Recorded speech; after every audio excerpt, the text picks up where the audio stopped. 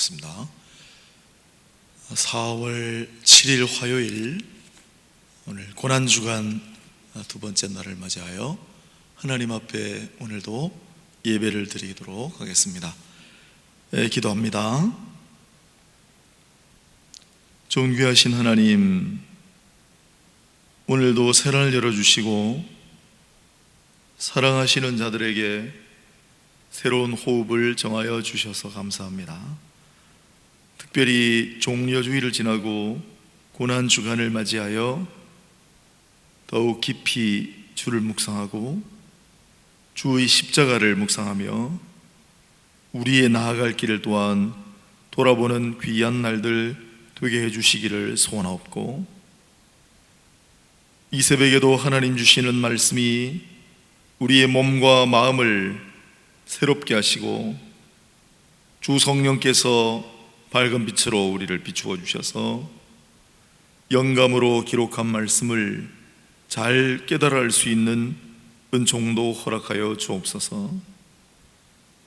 오늘 한 날도 주의 말씀 의지하여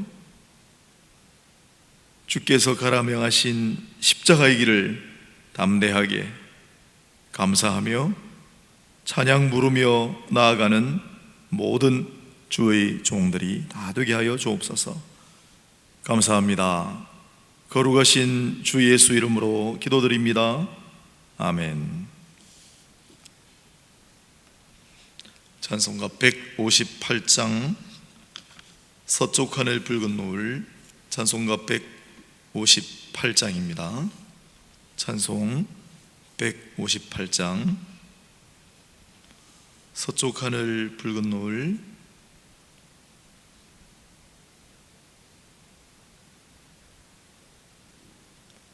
서쪽 하늘 붉은 노을, 언덕 위에 비치누나, 연약하신 두 어깨에 십자가를 생각하니, 머리에 쓴 가시관과 몸에 걸친 붉은 옷에 피 흘리며 걸어가신 영문 밖에 길이라네.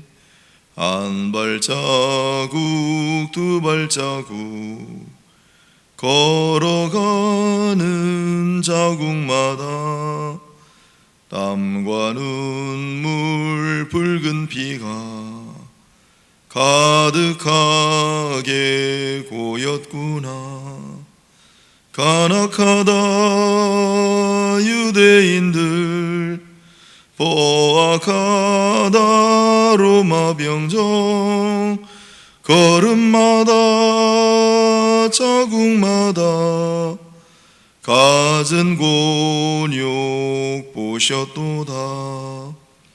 눈물 없이 못 가는 길, 피 없이는 못 가는 길, 영문 밖에 좁은 길이 골고다의 길이라네.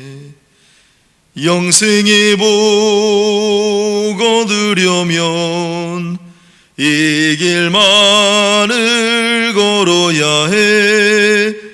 배고파도 올라가고 죽더라도 올라가세.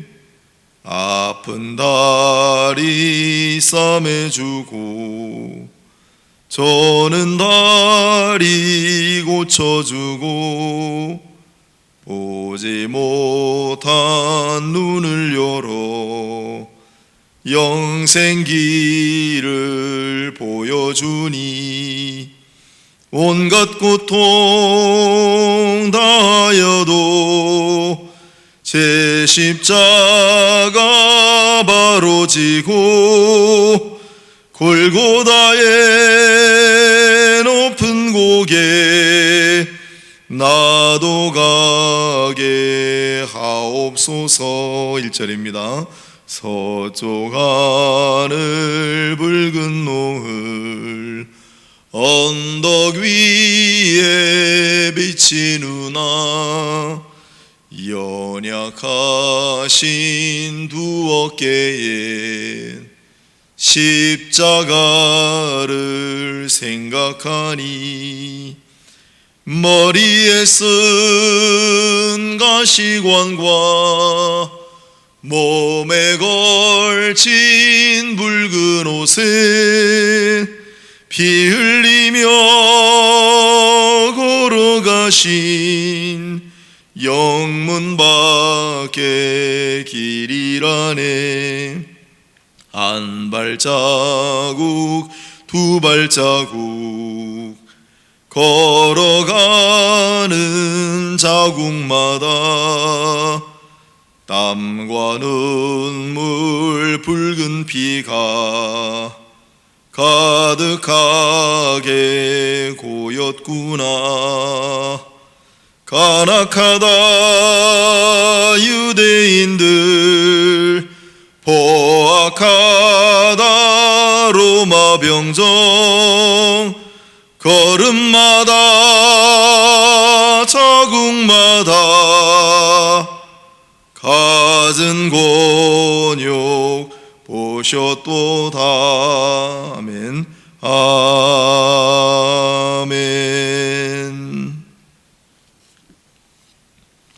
하나님 말씀, 오늘은 마가복음 12장 1절로 12절 말씀을 묵상하겠습니다.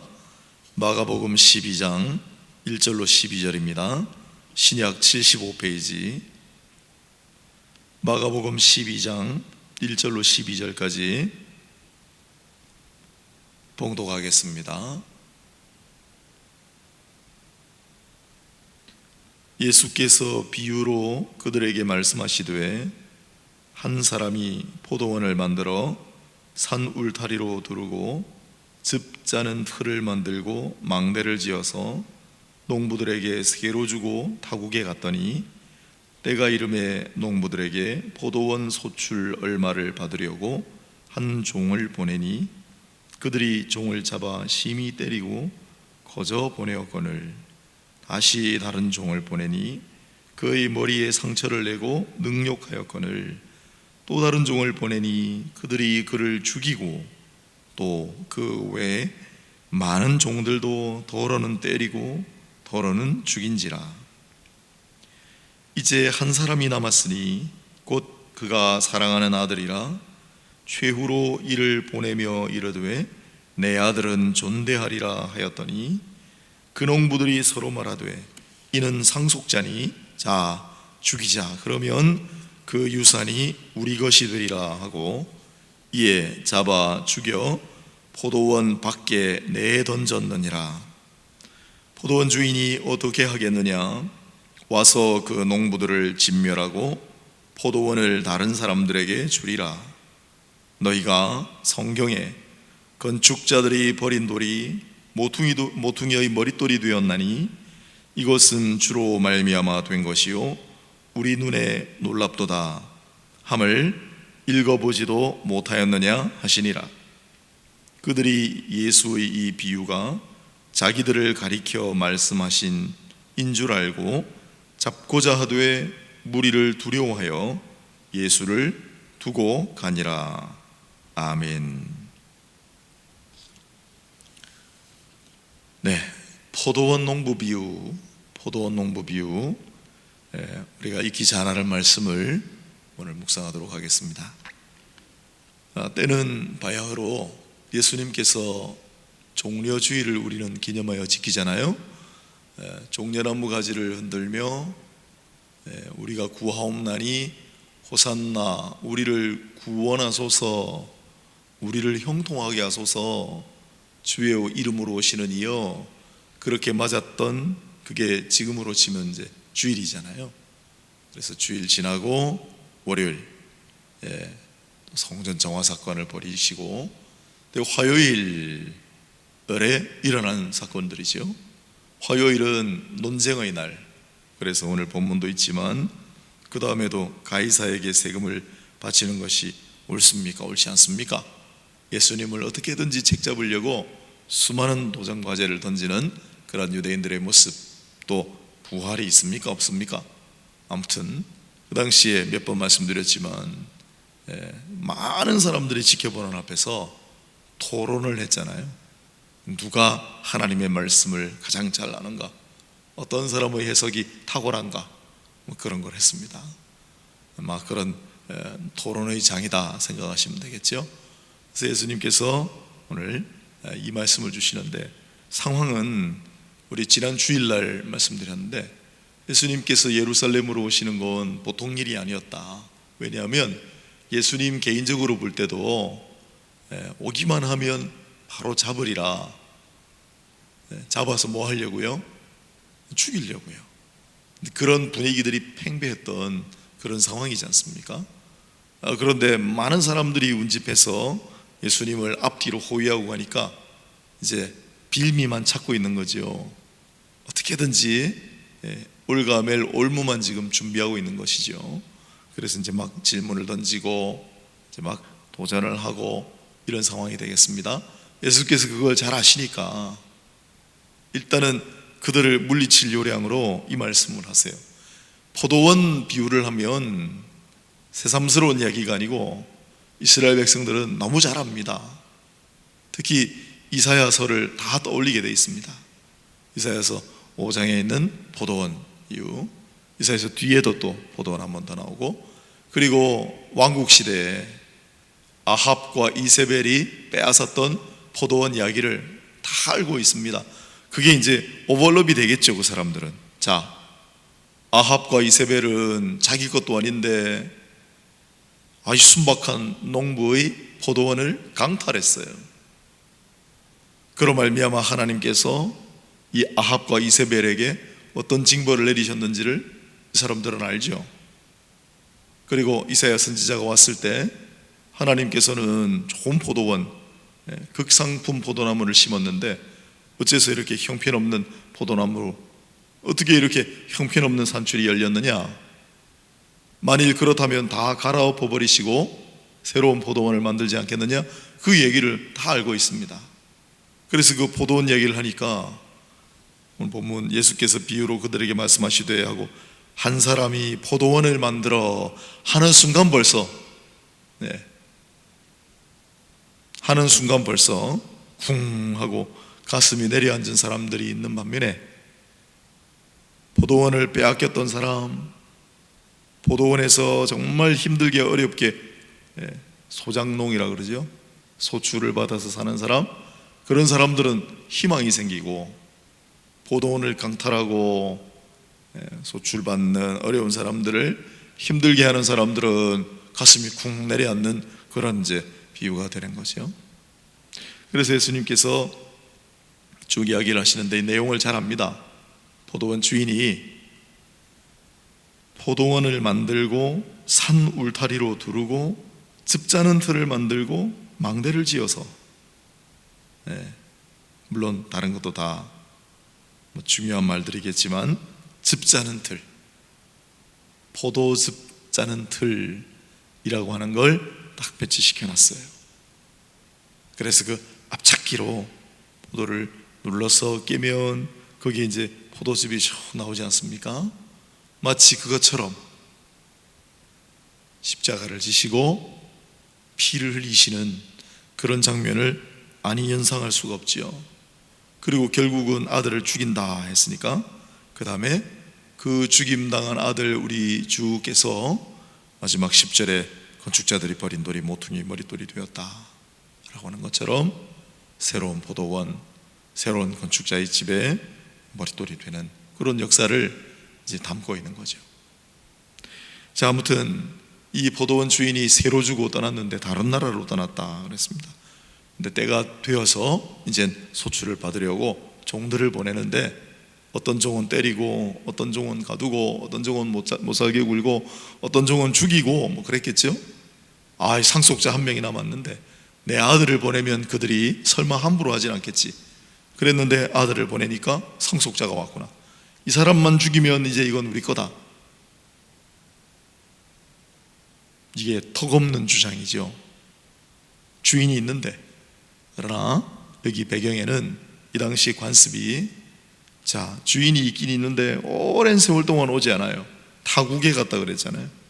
오랜 세월 동안 오지 않아서 이 사람들이 대대로 이 포도원을 갖고 왔다고 칩시다. 그러면 상속자가 이제 왔는데, 상속자가 분명하다면 상속자마저 사라지면 이 사람들의 밭이 될 가능성이 있는 거죠.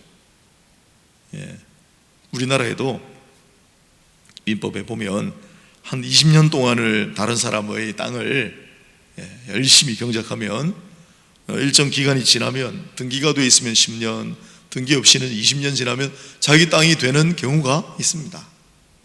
그래서 타국에 갔더니 오랜 세월 동안 주인이 오지 않아요. 왕국 시대 아합과 이세벨 시대의 하나님을 생각해 본다면 그때부터 해서 지금까지 하면 얼마나 긴 세월입니까? 그런 식으로 이 사람들이 이게 우리 땅이 될 가능성이 있다 생각하고 상속자를 죽일 수도 있다는 거죠. 그래서 상속자를 죽이고 우리 것이 되리라 강탈하려고 했지만, 그러나 예수님께서 이제 이 이야기를 하시고 9절에 포도원 주인이 어떻게 하겠느냐, 와서 그 농부들을 진멸하고 포도원을 다른 사람들에게 주리라, 이렇게 말씀하시는 대목입니다. 이 이야기는 우리가 잘 알고 있지만 오늘 새벽에 예수님의 고난을 묵상하면서 몇 가지를 함께 한번 다시 생각해 보도록 하겠습니다. 첫째는 예수님께서 고난 당하실 것을 미리 다 이야기하셨다. 예수님의 신분은 무엇인가? 하나님의 상속자예요. 그리고 그 하나님의 상속자께서 이 땅에 오셨는데 핍박을 당하실 거예요. 포도즙 틀에 무참하게 피를 흘리실 거예요. 그리고 이 포도원이라는 사람들이죠, 이 사람들로부터 죽임을 당하실 거예요. 그걸 잔잔히 다 예언하고 계시죠. 그렇습니다. 예수님께서 하나님의 아들이신데 이 땅에 오셔서 참 말도 안 되게 피조물로부터 배척을 당하시고 피조물로부터 협박을 당하시고, 바리새인들, 종교 지도자들, 잡으려고 혈안이 되어 있는 사람들, 나타나기만 하면 체포하라고 명령을 내렸던 사람들, 죽이려고 모의했던 사람들, 실제로 예수님을 신문했던 사람들, 예수님에게 채찍질을 가했던 사람들, 예수님의 손과 발에 못 박았고 예수님의 가시면류관을 씌웠고 예수님을 십자가에 매달아 조롱했고 하던 사람들, 어떻게 그럴 수가 있겠습니까? 상속자인데. 그러나 그런 일들을 아시고 그런 일들을 묵묵히 수종하신 예수님, 마지막 순간에는 피 흘리시고, 포도즙 틀은 구약의 심판을 상징하는 악인들을 거기 넣어서 갈아가지고 진멸하는 도구입니다. 악인들을 다 갈아서 진멸하는 도구에 왜 주님께서 들어가셔야 됩니까? 그렇게 죽임 당하실 것을 예언하셨어요. 고통받으실 것을 예언하셨어요. 예수님은 그런 목적으로 우리 가운데 오셨습니다. 그리고 주님께서 그렇게 고난 당하심으로 우리는 나음을 입었어요. 주님이 고통 당하심으로 우리가 평화를 누리게 됐어요.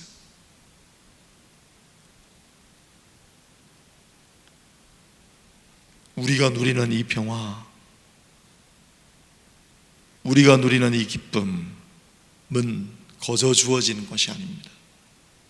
자유는 반드시 대가가 따릅니다.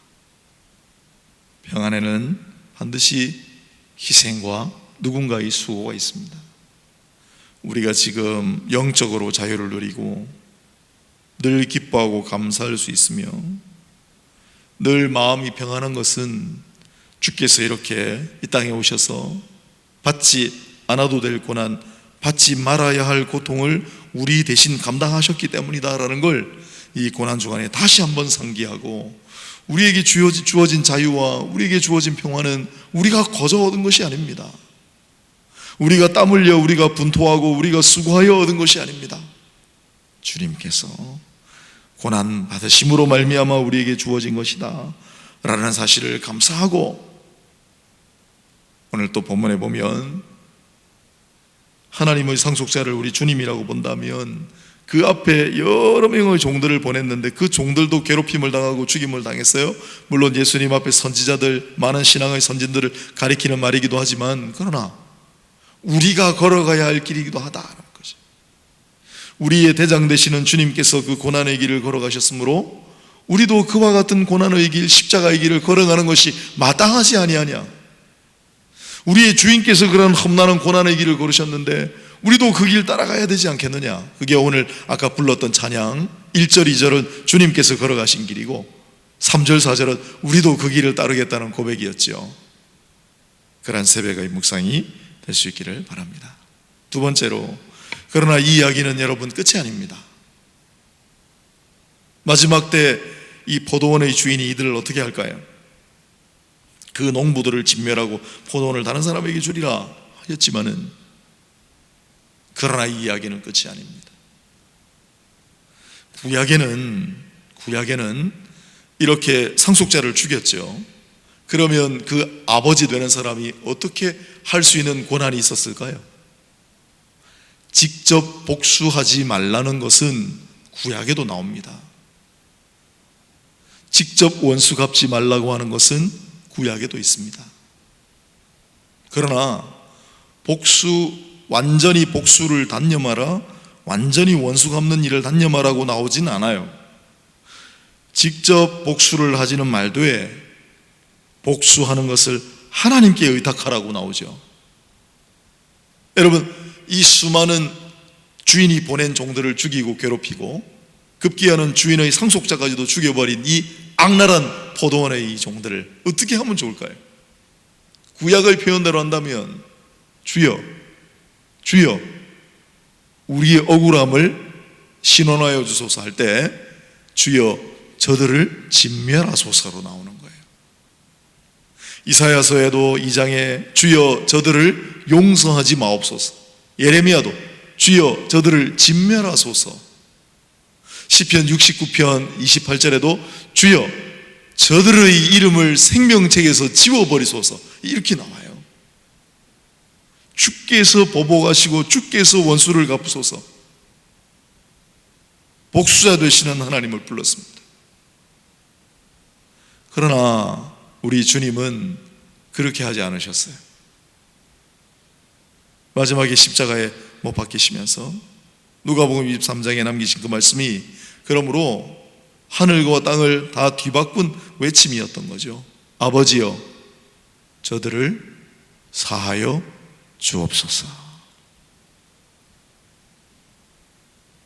원래 같으면 아버지여 내 원수를 아버지께서 대신 갚으소서, 아버지여 저 악랄한 종들을 진멸하소서, 아버지여 저들의 이름을 생명책에서 지워버리소서 해야 맞는데, 주님은 십자가에서 아버지여 저들의 죄를 사하여 주옵소서 하셨어요.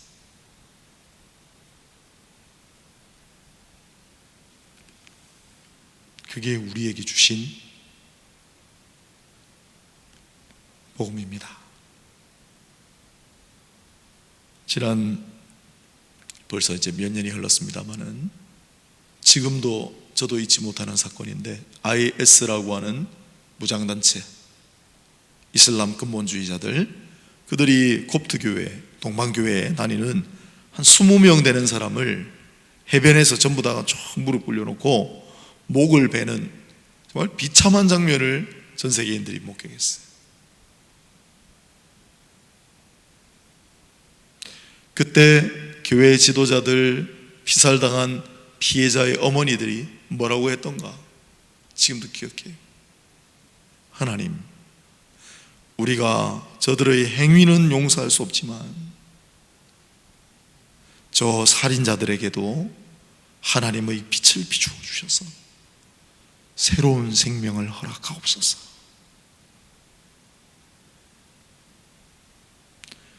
그게 이 땅에 보여주신 주님의 복음이었습니다. 우리는 주님의 고난으로 말미암아 죄의 사함을 받고 자유를 누리고 평안함을 얻게 되었습니다. 감사합니다. 우리도 마땅히 그 고난의 길, 십자가의 길에 동참하는 그러한 삶을 살아가게 하옵소서 기도하고 나가야 할 것입니다. 그리고 마지막으로 주께서 이렇게 무참하게 비참하게 상속자를 죽였던 그 주인에게 복수를 호소하지 아니하시고 마지막 순간 그들의 죄를 용서하여 주옵소서 부르짖으심으로 말미암아 이 땅에 복음이 완성됐어요. 그 사실을 우리 마음에 깊이 새기고 이번 고난주간에도 그러한 주님의 용서와 주님의 사랑을 우리의 마음에 깊이 새기고 그렇게 한 날 한 날 주님을 바라보며 나아가는 저와 여러분이 될 수 있기를 바랍니다. 다 같이 기도합시다. 하나님, 고난주간을 맞았습니다. 주님이 걸어가신 그 고난의 길, 주님이 걸어가셨던 그 십자가의 여정을 우리도 마땅히 함께 가야 할 터인데 우리에게 있는 조금 불편한 것들, 우리에게 있는 조금 고통스러운 것들, 우리에게 있는 조금 억울한 것들 다 우리 주님 지신 십자가와 우리가 걸어가야 할 그 십자가를 바라보며 용서와 사랑으로 희생과 수고와 헌신으로 다 극복하게 하시고 뛰어넘게 하셨어요.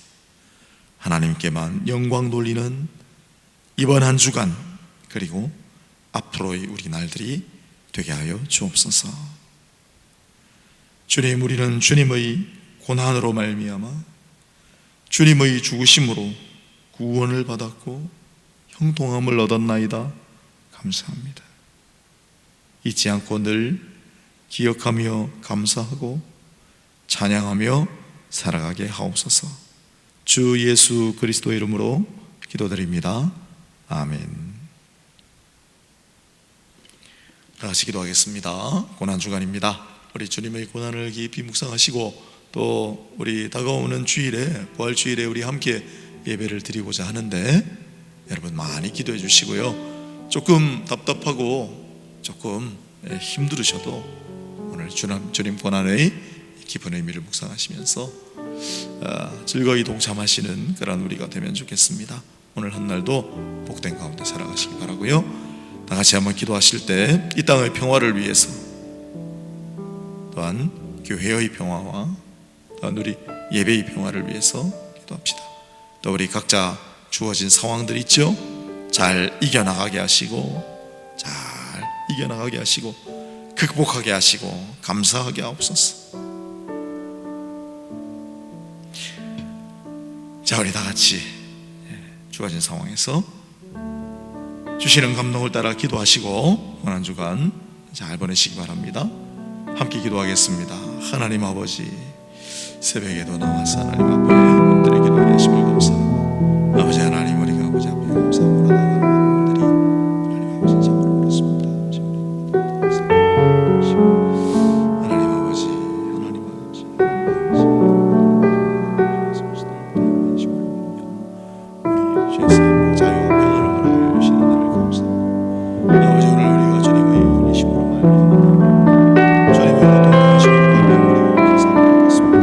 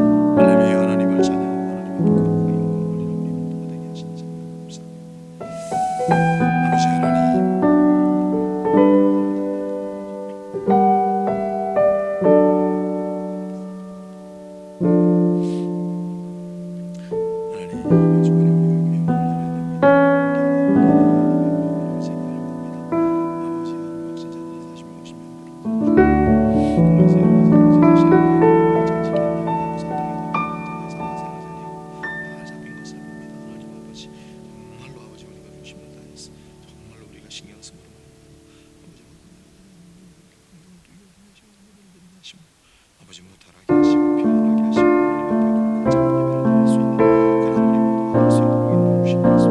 아버지 하나님과 교회들을 지켜주시고 주시며 각 예배들마다 하나님께서 인도하시기 바랍니다. 하나님 아버지 우리가 거룩한 중요한 기도를 지킬 수 있도록 인도하여 주시고 우리가 거룩한 균형의 길을 걸어갈 수 있도록 인도해 주시기 바랍니다. 아버지 하나님 특별히 아버지 간절한 마음으로 기도를 드립니다. 아버지